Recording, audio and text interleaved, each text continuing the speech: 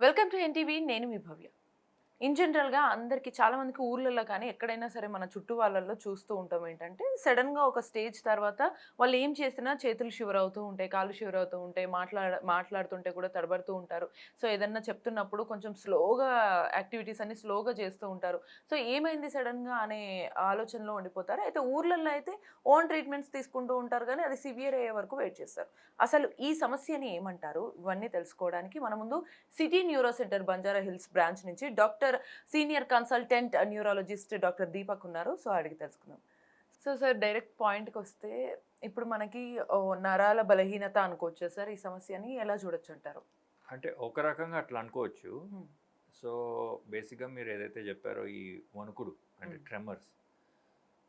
ఈ ప్రాబ్లమ్ అనేది ఒక స్పెక్ట్రమ్ లాగా మనం చూడొచ్చనమాట. ఓకే. ట్రెమర్స్ ఆర్ వణుకుడుతో పాటు కొంతమందికి స్లోనెస్, హ్మ్. సైంటిఫిక్‌గా దాన్ని బ్రాడికైనీసియా అంటాము. ఓకే. దాంతో పాటు స్టిఫ్‌నెస్ ఆర్ రిజిడిటీ అంటాము. హ్మ్. అండ్ ఫోర్త్ వచ్చేసి పోస్చరల్ ఇన్‌స్టెబిలిటీ అంటే బ్యాలెన్స్ అవుట్ అవ్వడం. సో, ఈ వణుకు, slowness, stiffness and balance out అవ్వడం. ఈ 4 సింప్టమ్స్ కలిపేసి మనం పార్కిన్సోనిజం అంటాం. ఓకే. వణుకుడు ఒక్కటే ఉండొచ్చు or any combination can be there అనమాట. ఓకే. కొంతమందికి వణుకు ఉండదు. ఓన్లీ స్లోనెస్, స్టిఫ్‌నెస్ ఉంటది. ఇంకొంతమందికి ఇవేమి ఉండకుండా ఓన్లీ బ్యాలెన్స్ అవుట్ అవ్వడం, పోస్చరల్ ఇన్‌స్టెబిలిటీ ఒకటే ఉంటది. సో, ఏ సింప్టమ్ ప్రిడామినేట్ అయితుందో దాన్ని బట్టి మనం ఈ ట్రీట్మెంట్ అనేది డిసైడ్ చేయొచ్చనమాట. హ్మ్. ఓవరాల్‌గా పార్కిన్సోనిజం అని చెప్పేసి ఈ ప్రాబ్లమ్‌ని అనేసి అంటామనమాట. సో, ఈ పార్కిన్సోనిజంకి డిఫరెంట్ టైప్స్ ఆఫ్ రీజన్స్ ఉంటాయి. మోస్ట్ కామన్ ప్రధానంగా మనం చూస్తే పార్కిన్సన్స్ డిసీజ్ ఆర్ పీడీ అని చెప్పేసి అంటాం. ఇది ఒక రకంగా మీరు చెప్పినట్టు నర్వస్ వీక్‌నెస్. ఏమైతుందంటే ఇప్పుడు బ్రెయిన్‌లో డిఫరెంట్ టైప్స్ ఆఫ్ కెమికల్స్ ఉంటాయి. ఈ కెమికల్స్ మెసేజెస్ పాస్ చేస్తా ఉంటాయి ఒక నర్వ్ నుంచి ఇంకొక నర్వ్‌కి. ఓకే. కెమికల్స్ మనం ఇంపార్టెంట్‌వి చూసినామంటే అసిటైల్ కోలిన్ అని ఉంటది. నార్ అడ్రినలిన్ అని ఉంటది. గాబా అని చెప్పేసి ఉంటది. హ్మ్. సెరటోనిన్. సో, ఈ రకంగా డిఫరెంట్ టైప్స్ ఆఫ్ కెమికల్స్ ఉంటాయి. దీంట్లో one of the chemical neuro messenger వచ్చేసి డోపమిన్. ఓకే. ఈ అది. డోపమిన్ తయారు చేసే నర్వ్స్ బ్రెయిన్‌లో స్పెసిఫిక్ ఏరియాస్‌లో ఉంటాయి. మెయిన్‌గా పార్కిన్సన్స్ డిసీజ్ మనం చూసినామంటే ఈ డోపమిన్ తయారు చేసే నర్వ్స్ ఏవైతే ఉంటాయో క్రమేణా అవి క్షీణిస్తా పోతాయి. దాని నంబర్ ఓహ్! తగ్గుతా పోతది. హుహు. అవి తగ్గే కొద్దీ ఈ సింప్టమ్స్ పెరుగుతా పోతాయి. ఓహ్! అట్లా. So, Parkinson's disease is one of the type of parkinsonism. హ్మ్. ఇదే గాకుండా various different types of parkinsonism గూడా ఉంటాయి. అంటే సేమ్ సింప్టమ్స్ ఉంటాయి. కానీ డోపమిన్ నర్వ్స్ ఒకటే కాకుండా వేరే డిఫరెంట్ నర్వ్స్ కూడా ఎఫెక్ట్ అయ్యే ఛాన్సెస్ కూడా ఉంటాయన్నమాట. Okay. So, atypical Parkinson's or Parkinson plus అని చెప్పేసి ఒక ఎంటిటీ ఉంటది. హ్మ్. దాంట్లో 8, 9 రకాల జబ్బులుంటాయి. ఓకే. సో, ఈ రకంగా different types of illnesses can lead to the parkinsonism అన్నమాట. సార్ అంటే ఇది మెయిన్‌గా రావడానికి కారణం, అసలు కారణం ఏమై ఉండొచ్చంటారు సార్? అసలు ఎందుకొస్తుంది అంటారు ఒక మనిషికి? దీంట్లో 2 ఫ్యాక్టర్స్ ఉంటాయి. హ్మ్. ఫస్ట్ జెనెటిక్ ఫ్యాక్టర్ మనం చూసినామంటే జెనెటిక్ అంటే హెరిడిటరీ. అంటే అవును. వంశపారంపర్యంగా ఫ్యామిలీస్‌లో రావచ్చు. నుంచి బట్ రావచ్చు. అది ఓన్లీ 5-10% కేసెస్‌లోనే అలా ఉంటది. Oh! Predominant factor is environmental. Hmm. Environmental అంటే మన లైఫ్ స్టైల్, మన మనం ఉండే చోటు, లేకపోతే చైల్డ్‌హుడ్ నుంచి మనం ఏవైనా కెమికల్స్‌కి ఎక్స్‌పోజ్ అయ్యామా? కొన్ని స్టడీస్‌లో ఎట్లా చెప్పారంటే విలేజెస్‌లో ఉండడం, పెస్టిసైడ్స్‌కి ఎక్స్‌పోజ్ అవ్వడం, ఈ వెల్ వాటర్ తాగడం, బావి నీరు తాగడం. సో, ఇట్లాంటి ఎక్స్‌పోజర్స్ ఉన్నా గానీ వాళ్ళలో రిస్క్ కొంచెం ఎక్కువ ఉంటదని కొన్ని స్టడీస్‌లో చెప్తున్నారు. Okay. But overall thought process ఏంటి అంటే ఇట్ ఈస్ ఎ కాంబినేషన్.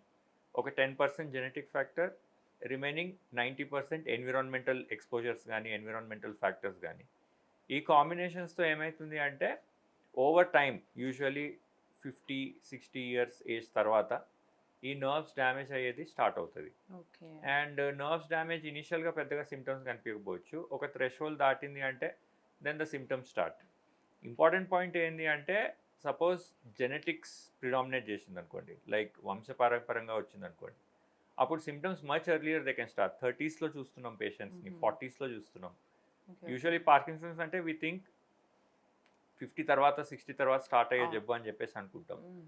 కానీ జెనెటిక్ ఫ్యాక్టర్ ప్రిడామినేట్ అయిందంటే 30స్, 40స్‌లో కూడా స్టార్ట్ అవ్వచ్చు. Oh! In fact last week also I have seen one lady in 30స్. Hmm. Where the symptoms are started looks like Parkinson's. Oh my God. So అయితే ఓ రకంగా sir అంటే ఒకవేళ జెనెటికల్‌గా చూసుకున్నా మీరన్నట్టు ఎన్వైర్న్‌మెంట్ ఇప్పుడు సరౌండింగ్స్ చూసుకుంటే ఏ ఏజ్ వాళ్ళకైనా కూడా మనకు కొంచెం డ్యామేజింగ్‌గానే ఉన్నాయి. సిట్యుయేషన్స్, లైఫ్ స్టైల్ ఇవన్నీ కూడా. సో ఇవి చిన్నప్పటి నుంచి ఒకేసారి సిమ్టమ్స్ చూపియకపోయినా అది చిన్నప్పటి నుంచి ఎఫెక్ట్ అయ్యి ఎర్లీ ఏజ్‌లో కూడా వచ్చే ఛాన్స్ ఉంటుందంటారా? యూజువల్లీ పార్కిన్సన్స్ డిసీజ్ చైల్డ్‌హుడ్‌లో అయితే స్టార్ట్ కాదు. హ్మ్.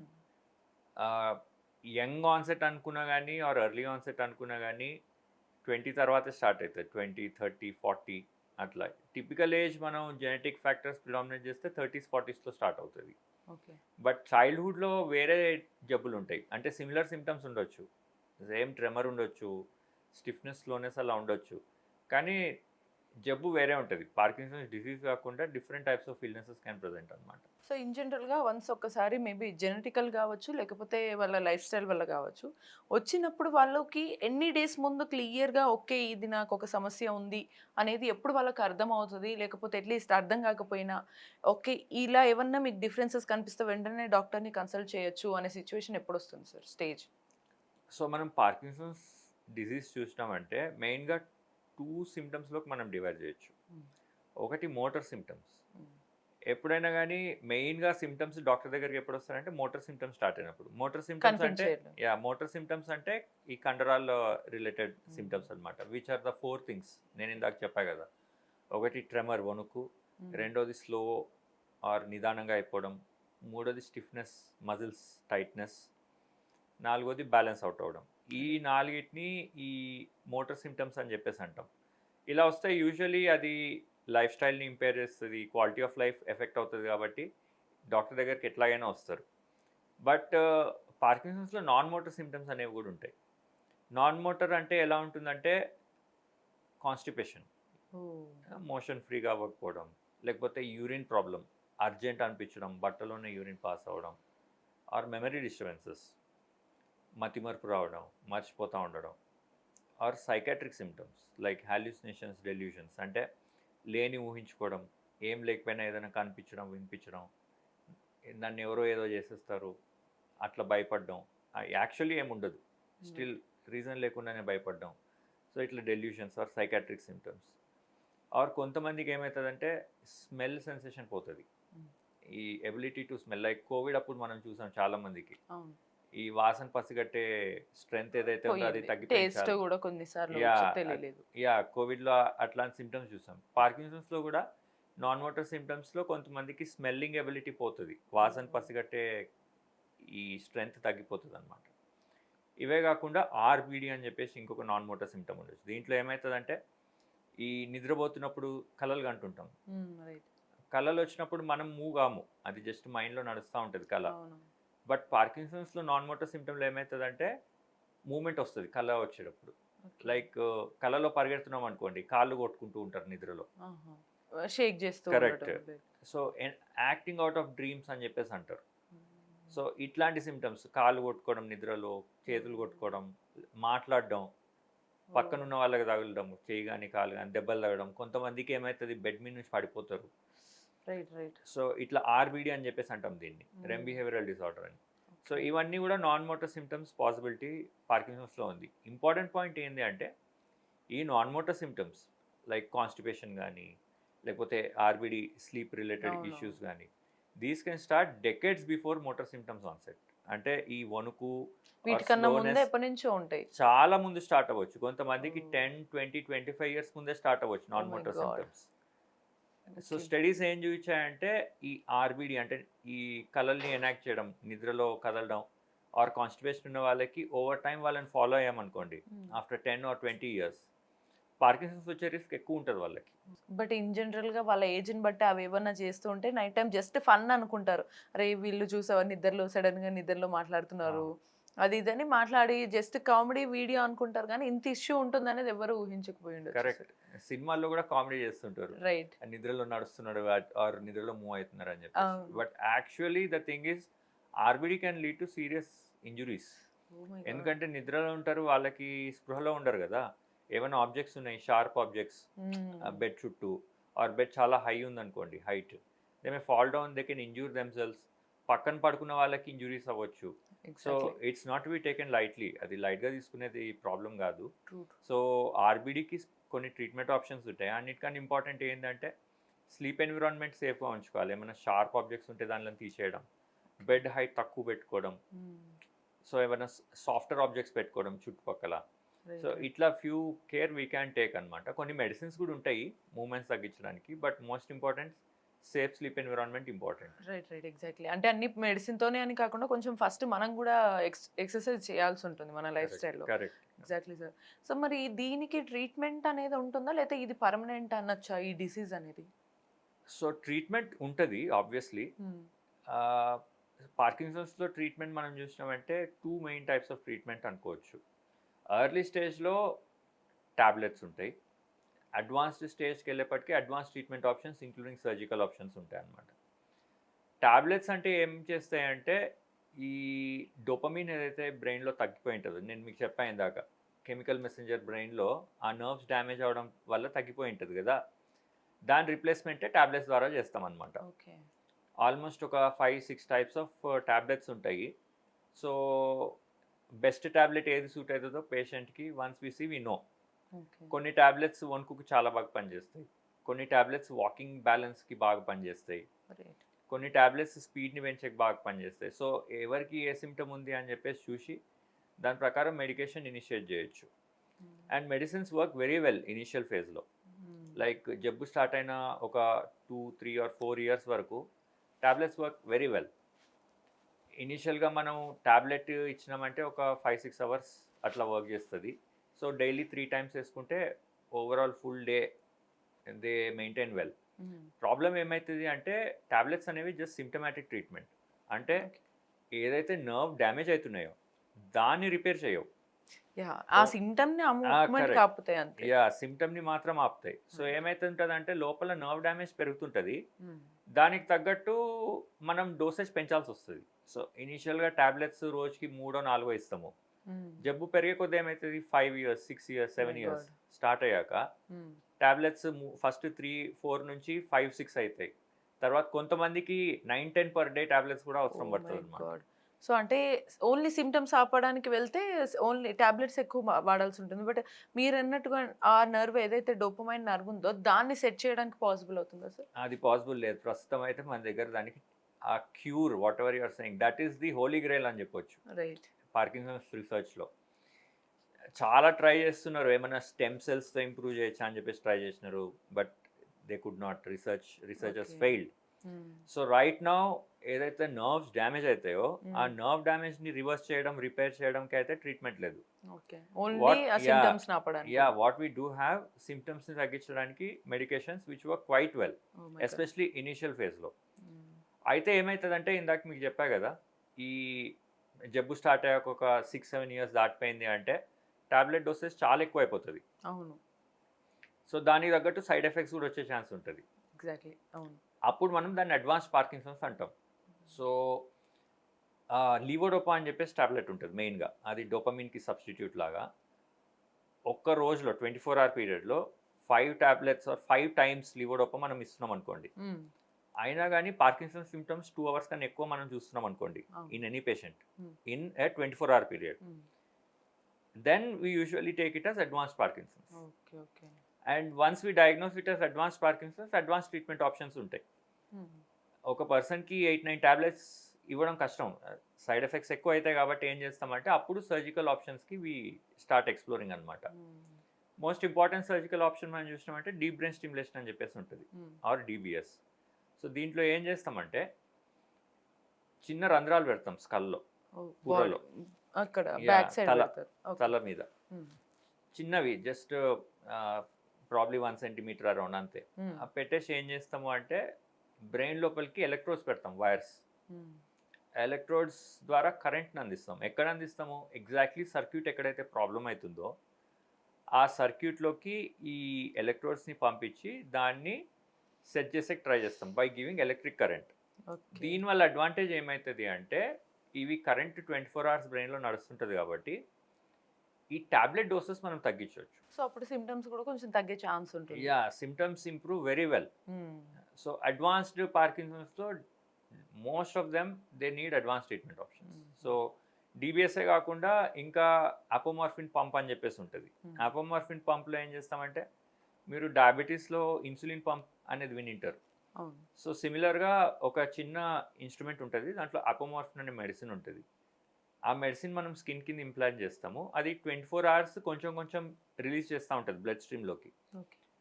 సో అప్పుడు కూడా మనం ఈ మిగతా లివోడోపా టాబ్లెట్స్ ఏవైతే ఉంటాయో దాని డోసెస్ తగ్గించే ఆస్కారం ఉంటుంది అనమాట. ఓకే. సో అది second advanced Parkinson's treatment option. ఇవి రెండు మన ఇండియాలో అవైలబుల్ ఉన్నాయి.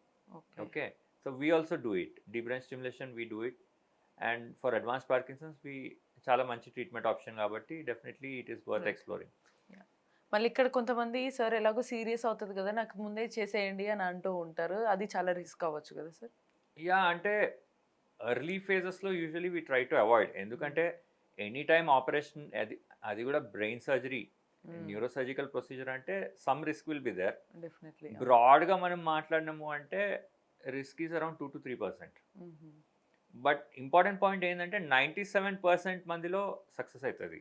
బట్ అయినా సరే ఛాన్స్ తీసుకోలేము కాబట్టి ఇది బ్రెయిన్ విషయంలో, because every body part depends upon the brain కాబట్టి కరెక్ట్, ఫస్ట్ మనం మెడికేషన్స్ తోటి నార్మల్ చేయడానికి చూస్తాం. Correct. And there are some patients, కొంతమంది ఇది పార్కిన్సన్స్ ఎట్లుంటుందంటే చాలా వేరియబిలిటీ ఉంటుంది. ఎవ్రీ పేషెంట్ ఒకటేలా ప్రోగ్రెస్ అవుతారని లేదు. I have a patient 15 years Parkinson's, still మెడిసిన్స్తోనే కంటిన్యూ అవుతుంది. ఓకే. సో వాళ్ళంత ఫాస్ట్గా ప్రోగ్రెస్ అవ్వలేదు. సో దాంట్లో కొంచెం జెనెటిక్ కాంపోనెంట్ కూడా ఉంటుంది అనమాట. జెనెటిక్స్ని బట్టి కొంతమంది చాలా స్లోగా ప్రోగ్రెస్ అవుతారు. ఒక 12, 13, 14 years తర్వాత కూడా somehow on medicines they manage. కొంతమంది చాలా ఫాస్ట్గా ప్రోగ్రెస్ అవుతారు. బై 4 years or 5 years వాళ్ళు అడ్వాన్స్ స్టేజ్లోకి వెళ్ళిపోతారు. Oh my God. So it is highly individual dependent అనమాట. వాళ్ళ body condition. Correct, exactly. Sir ఇప్పుడు ఈ మెడిసిన్ని వాళ్ళు ఒకవేళ స్టార్టింగ్ స్టేజ్లో ఉండి వాడుతూ ఉన్నారంటే, మీరు ఇందాక అన్నట్టు ఆ డోపమైన్ నర్వ్ కానీ ఏదైతే ఇబ్బంది పడుతుందో అది సెట్ అవ్వకపోవచ్చు కానీ సిమ్టమ్స్ ఆపుతుంది అంటున్నారు కాబట్టి, సో మీరు అన్నట్టు వాళ్ళ బాడీ కండిషన్ని బట్టి ఆ మెడిసిన్స్ వాడుతున్నా కూడా వాళ్ళకి ఇంకో కొంచెం అడ్వాన్స్ స్టేజ్కి వెళ్ళే ఛాన్స్ అయితే ఉందంటారు. అడ్వాన్స్ స్టేజ్ అందరూ వెళ్తారు. ఓకే. క్వశ్చన్ ఏంటంటే ఏ టైంకి వెళ్తారని. సో అది depends mostly on genetics or genetic factor, వాళ్ళ body condition. Yeah. So advance స్టేజ్కి వెళ్ళకుండా అయితే ఇప్పటివరకు ఆపే ట్రీట్మెంట్ ఆప్షన్ లేదు. దాని మీద చాలా రీసెర్చ్ నడుస్తుంది. Lot of research is going on. దాన్ని అడ్వాన్స్ స్టేజ్లోకి వెళ్ళకుండా ఆపొచ్చా, లైఫ్ లాంగ్ మెడికేషన్ మీదనే పెట్టేటట్టు, yeah. So research is going on. But as of now current situation ఏంటి అంటే కంప్లీట్గా పార్కిన్సన్స్ నర్వ్ డ్యామేజ్ని రివర్స్ చేసేకైతే క్యూర్ లేదు. సో క్యూర్ లేదు కాబట్టి మరి అది అసలు రాకుండా ఉండాలి అనేదే మనం మోస్ట్లీ సజెస్ట్ చేయగలుగుతాం సార్. సో అలా రాకుండా ఉండాలంటే ఏం చేయాలి అని అంటారు? అగైన్ ఇక్కడ రాకుండా ఉండే కూడా మనం ఏం చేయలేం. సపోజ్ జెనెటిక్ ఫ్యాక్టర్స్ ఉన్నాయి, ఎన్విరాన్మెంటల్ ఎక్స్పోజర్ ఉంది అంటే ఆఫ్టర్ ఫ్యూ ఇయర్స్ ఆ రిస్క్ ఉంది అంటే పీపుల్ డూ డెవలప్. అయితే ఏంది అంటే కొద్దిగా ఈ exercise and physical activity that helps in reducing the progression. అంటే ఫాస్ట్గా కాకుండా కొంచెం ఈ జబ్బు ఏదైతే ప్రోగ్రెస్ అవుతుందో దాన్ని మెల్లగా ప్రోగ్రెస్ అయ్యేటట్టు మనం చేయొచ్చు. Exercises, physical activity, walking and some researching tai chi, that helps అనమాట. Okay. So these things little bit there is effect. Sir ఇంకోటి, ఈ పార్కిన్సన్స్ డిసీజ్ రావడానికి, దాంట్లో సిమ్టమ్స్ ఏమన్నా రావడానికి ఇప్పుడున్న లైఫ్ స్టైల్లో సిగరెట్, మందు అందరూ తాగుతున్నారు. సో అది ఈ పార్కిన్సన్ డిసీజ్కి ఏమన్నా ఎఫెక్ట్ అవుతుందా? దానివల్ల కూడా వచ్చే ఛాన్స్ ఉందా? లార్జ్లీ లేదు. సో అండ్ కొంతమంది నిద్రలో ఉన్నప్పుడు సడన్గా మీరు అన్నట్టుగా మాట్లాడడము ఇవన్నీ చేయటమే కాకుండా గురక పెట్టడం కానీ, లేకపోతే సడన్గా ఉలిక్కి పడుతూ ఉంటారు సార్. సడన్ నిద్రలో నుంచి ఉలిక్కి పడతారు, మళ్ళీ నార్మల్ అయిపోతారు. సో పక్కన వాళ్ళు ఏమైందా అని కంగారు పడతారు. ఇది కూడా పార్కిన్సన్స్ డిసీజ్లో ఒక భాగమా? Largely not. ఈ హిప్నిక్ జర్క్స్ అని చెప్పేసి ఉంటాయి. సో హిప్నిక్ జర్క్స్ అంటే ఏంటంటే ఉలికి పడినట్టు అవ్వడం నిద్రలో, ఎస్పెషలీ నిద్రలో జారుతుండగా లేదంటే నిద్ర నుంచి బయటకు వస్తుండగా, ఈ టైంలో హిప్నిక్ జర్క్స్ అనేవి రావచ్చు. అవి normal, most people do have it. RBD అంటే ఏమవుతుందంటే డీప్ స్లీప్లోకి వెళ్ళాక ఈ మూమెంట్స్ అనేవి స్టార్ట్ అవుతాయి. మాట్లాడడం కానీ, ఎనాక్టింగ్ అవుట్ ఆఫ్ డ్రీమ్స్, కాలు చేతులు కదపడం. సో మరి మన వ్యూవర్స్కి మీరు ఫైనల్గా ఇచ్చే సజెషన్ ఏంటి సార్ ఈ పార్కిన్సన్స్ డిసీజ్కి సంబంధించి, వాళ్ళ హెల్త్కి సంబంధించి? ఫస్ట్ థింగ్ ఏంటంటే పార్కిన్సన్స్ సపోజ్ డయాగ్నోస్ అయినా కానీ భయపడకూడదు. Parkinson's disease is treatable. Completely cure చేయలేము, కానీ ట్రీట్మెంట్ ఆప్షన్స్ చాలా ఎక్సలెంట్ ట్రీట్మెంట్ ఆప్షన్స్ ఉన్నాయి. ఇనిషియల్ ఫేజ్లో మెడిసిన్స్ చాలా బాగా పనిచేస్తాయి. ఎక్సర్సైజ్ చేసినామంటే ప్రోగ్రెషన్ కూడా మనం ఒక లెవెల్ వరకు తగ్గించవచ్చు. ఈవెన్ అడ్వాన్స్ పార్కిన్సన్స్లోకి వెళ్ళినా కానీ దాని కూడా చాలా మంచి ట్రీట్మెంట్ ఆప్షన్స్ ఇప్పుడు అవైలబుల్ ఉన్నాయి. Okay. So advance Parkinson's treatment options మనము ఎక్స్ప్లోర్ చేసినా కానీ చాలా మంచి quality of life people can lead.